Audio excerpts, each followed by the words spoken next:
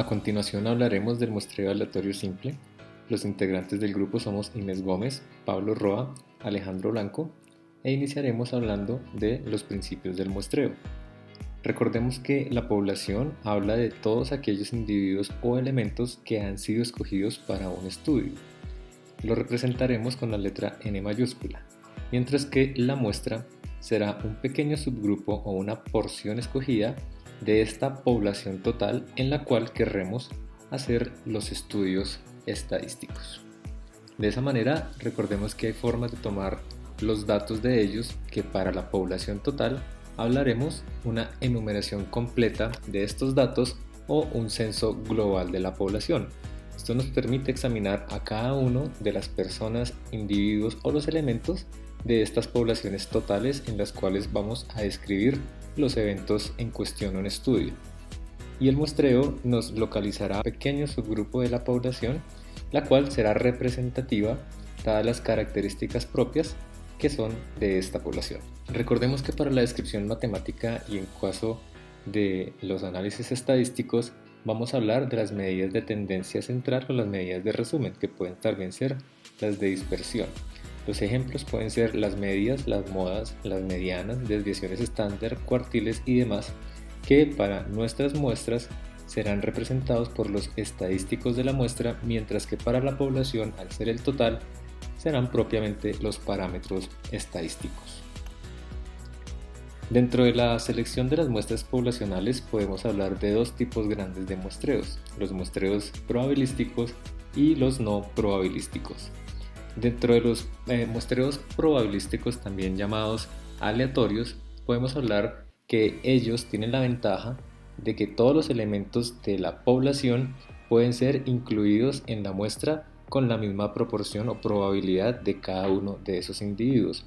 Asimismo, el total de las muestras que pueden ser seleccionadas de esta población tienen la misma probabilidad de cada uno de estas muestras mismas. Es posible mediante ellas objetivizar las estimaciones de las características de esta población que nos resultan de esta muestra dada, y dado esto, podemos hablar de unas mejores inferencias respecto de la muestra hacia la población que nos permitan extrapolar mejores los resultados obtenidos con estas muestras. Los muestreos aleatorios de probabilidad, podemos hablar de ellos que existen el muestreo aleatorio simple, que será el que detallaremos más adelante, el muestreo sistemático, el muestreo estratificado y el muestreo de racimo. Los muestreos no probabilísticos hablan de aquellos en que se emplea el conocimiento o la opinión de la persona para identificar los elementos de la población que deban incluirse. Estas muestras son tentativas para decidir cómo tomar unas muestras aleatorias más adelante, sirviendo de base para un muestreo probabilístico. Y podemos pensar que eventualmente las inferencias puedan no tener alguna relación realmente con la estadística o con la probabilidad. Por eso hay que hacer un análisis riguroso estadístico de los resultados que se hayan obtenido. Respecto al muestreo aleatorio simple, como hemos mencionado previamente, permite seleccionar muestras mediante métodos en donde cada individuo tiene la misma probabilidad de entrar a esta muestra y la muestra tiene la misma probabilidad de generarse como cualquier otra cantidad de muestras dependiendo del número total de la población.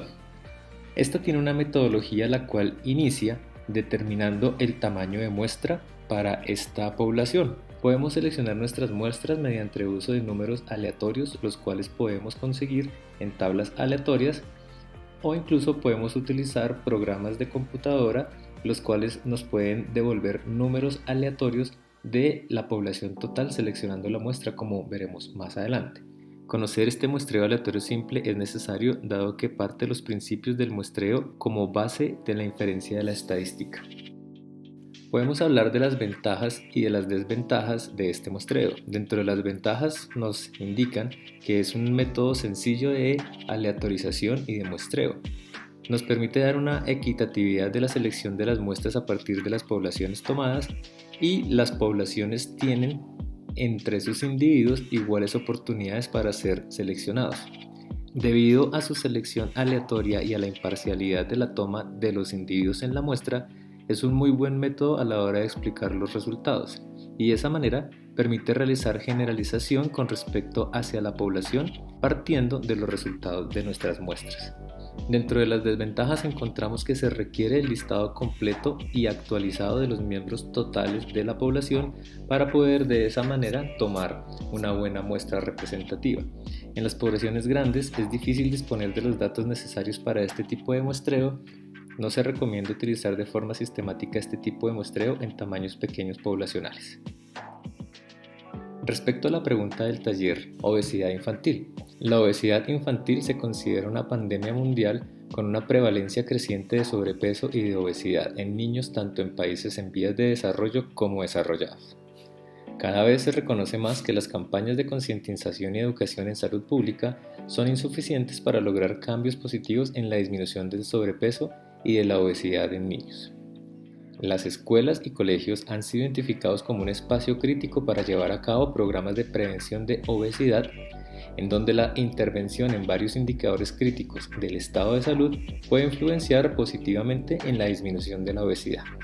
La Secretaría Distrital de Salud de Bogotá recibió fondos para desarrollar un programa integral y multidisciplinario de prevención de la obesidad en escuelas primarias del distrito.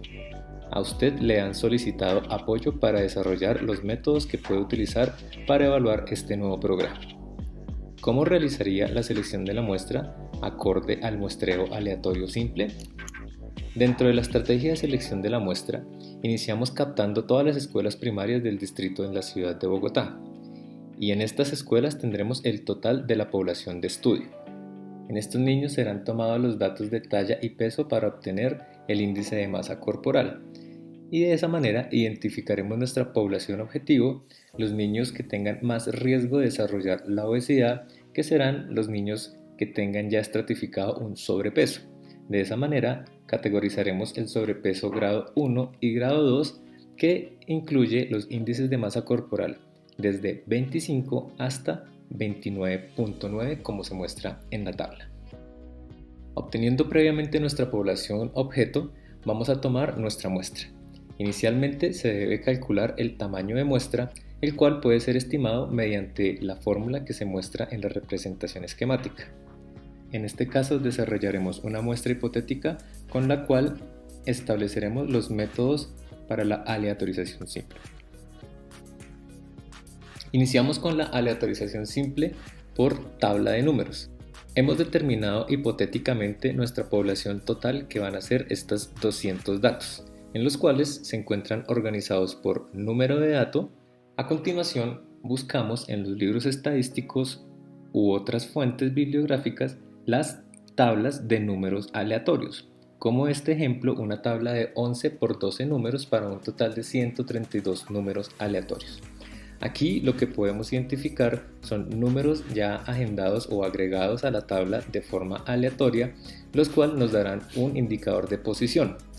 Por ejemplo, tomaremos el primer número de la casilla arriba izquierda de la tabla, que es el número 20, y ese lo buscaremos y relacionaremos en nuestra base de datos en nuestro dato número 20. Así será ingresado nuestro primer niño como integrante o individuo a la muestra.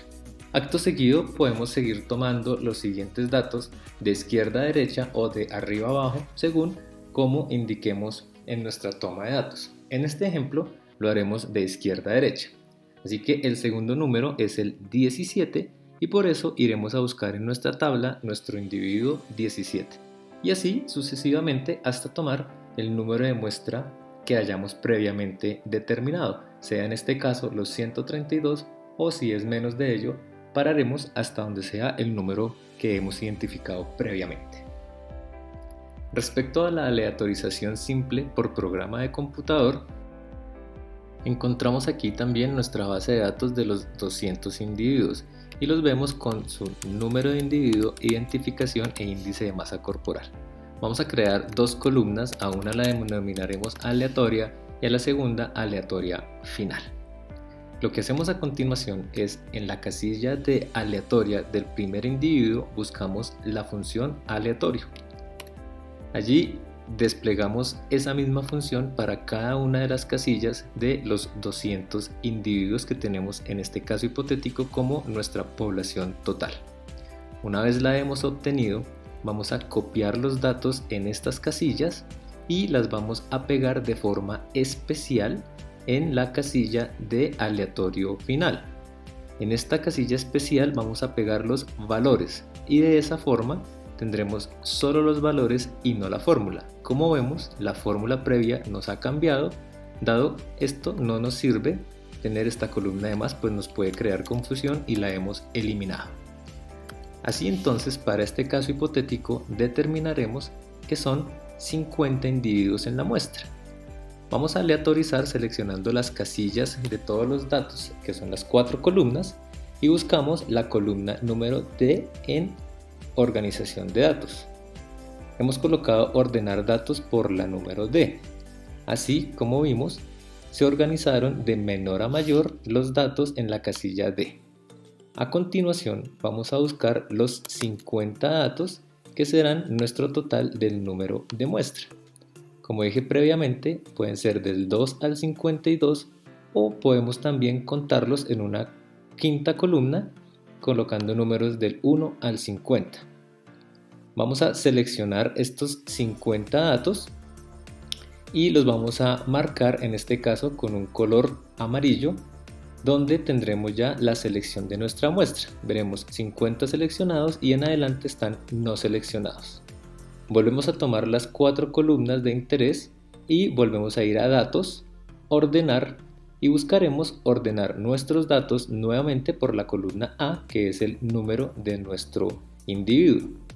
Al hacer esto, vemos nuevamente cómo se reorganiza de la forma inicial en que teníamos nuestra base de datos y nos quedan seleccionados de color amarillo los pacientes que aleatoriamente, mediante el uso de la función aleatoria del sistema en Excel, se han determinado ingresarán a nuestra muestra.